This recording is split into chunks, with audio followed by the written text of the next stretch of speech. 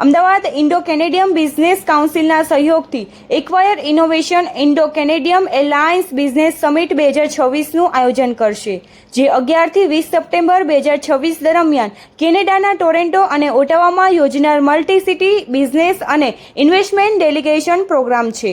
Indo Canadian business કાઉન્સિલના સહયોગથી acquire innovation દ્વારા આયોજિત આ સમિટનો ઉદ્દેશ ભારત અને કેનેડાના વ્યવસાયો, રોકાણકારો, ઉદ્યોગ સાહસિકો, ઉદ્યોગ સંગઠનો અને સંસ્થાઓ માટે વેપાર, રોકાણ, ટેકનોલોજી સહયોગ, અદ્યતન ઉત્પાદન, તબીબી, પર્યટન અને શિક્ષણમાં નવી તકો શોધવા માટે એક પ્લેટફોર્મ બનાવવાનો છે.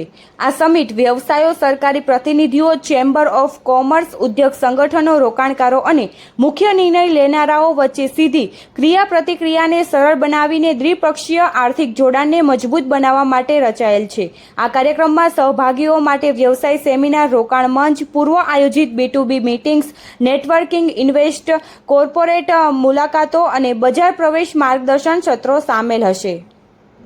મારું નામ હાર્દિક ઠાકર છે અને હું મારા વિશે વાત કરું બિઝનેસ કાઉન્સિલનો ફાઉન્ડર છું. કઈ રીતે કાઉન્સિલ કામ કરશે? ઇન્ડો અને કેનેડામાં કઈ રીતે કામ કરશે? બેઝિકલી અહીંયાની જે નાના બિઝનેસમેન છે, અમારો આશય એ છે કે નાના બિઝનેસમેન ઓનલાઈન કામ કરે છે પણ એક વખત ફિઝિકલ ફેસ ટુ ફેસ ભણીને પણ ત્યાં કામ કરે, એના માટે નેટવર્કિંગ આખો પ્લેટફોર્મ કરેલું છે.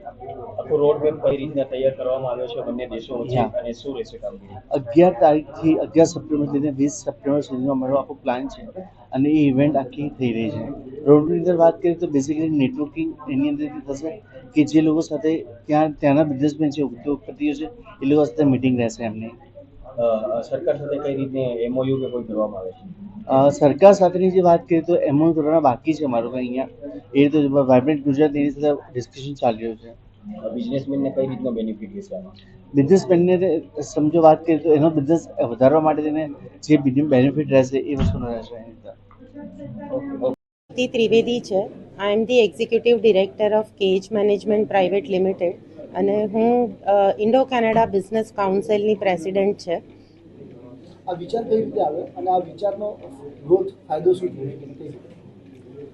We are working as a business consultant since last 10 years અને માય સેલ્ફ અને હાર્દિક ઠાકર અમે પાર્ટનરશિપમાં 10 વર્ષથી કામ કરી રહ્યા છે. So business consultant as a business consultant અમારા પાસે બહુ બધા બિઝનેસીસ આવે છે જેમને ઓવરસીઝ એક્સપાન્ડ કરવું હોય છે. સો હાર્દિકને આ થોટ આવ્યો કે why not number of businessmen on the same platform, એ લોકોને એક જ પ્લેટફોર્મ પર આપણે ભેગા કરીએ અને એ લોકોને એક ઓપોર્ચ્યુનિટી આપીએ કે જેનાથીને બિઝનેસ એક્સપાન્શન થઈ શકે. ટૂર અમારી છે 10 દિવસની છે, 11 સપ્ટેમ્બર ટુ 20 સપ્ટેમ્બર.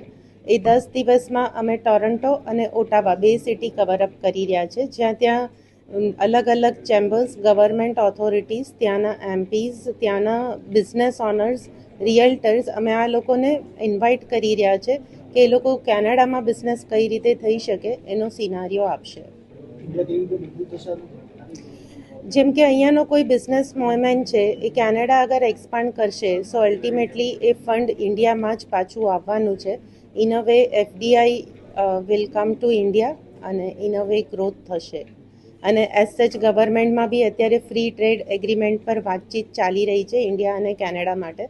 સો એ રીતે ખાસું સ્ટ્રોંગ થઈ શકશે. અને કદાચ તમને લોકોને ખ્યાલ જ હશે કે મોદીજીએ પણ હમણાં પિયુષ ગોયલને આ જ રીઝનથી કેનેડા વિઝિટ પર મોકલ્યા હતા અને એમની ટૂર એ પણ બિઝનેસ ઓનર્સને લઈને ગયા હતા, તો એમની ટૂર પણ ઘણી બધી સક્સેસફુલ રહી છે.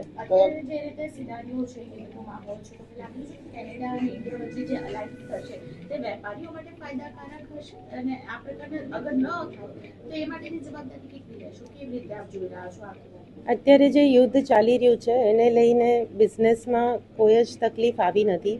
પાસ્ટમાં પણ કેનેડા પેન્શન ફંડે ઇન્ડિયામાં ઘણું બધું ઇન્વેસ્ટમેન્ટ કરેલું છે. મોર દેન 5 બિલિયન 10 બિલિયન એ લોકો ઇન્વેસ્ટ કરી રહ્યા છે. આપણા અહીંયાની જે રોડવેઝ છે, મેન્યુફેક્ચરિંગ યુનિટ્સ છે, ત્યાં ઓલરેડી કેનેડાના પેન્શન ફંડ ઇન્વેસ્ટ કરી રહ્યા છે. અને અલગ અલગ ફંડ્સ ઇન્ડિયામાં લાસ્ટ 25 વર્ષની વાત કરું તો મોર દેન 1000 બિલિયન ફંડ એ લોકોએ ઇન્વેસ્ટ કર્યું છે અને નેક્સ્ટ 2 yearsમાં મોર દેન 5 બિલિયન એ લોકો પ્લાન કરી રહ્યા છે ઇન્ડિયામાં ઇન્વેસ્ટ કરવાનું.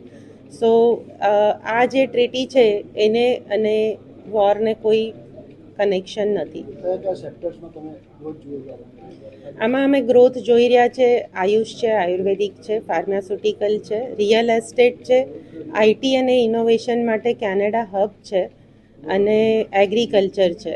આટલા સેક્ટર્સ અમે ફોકસ કરી રહ્યા છે.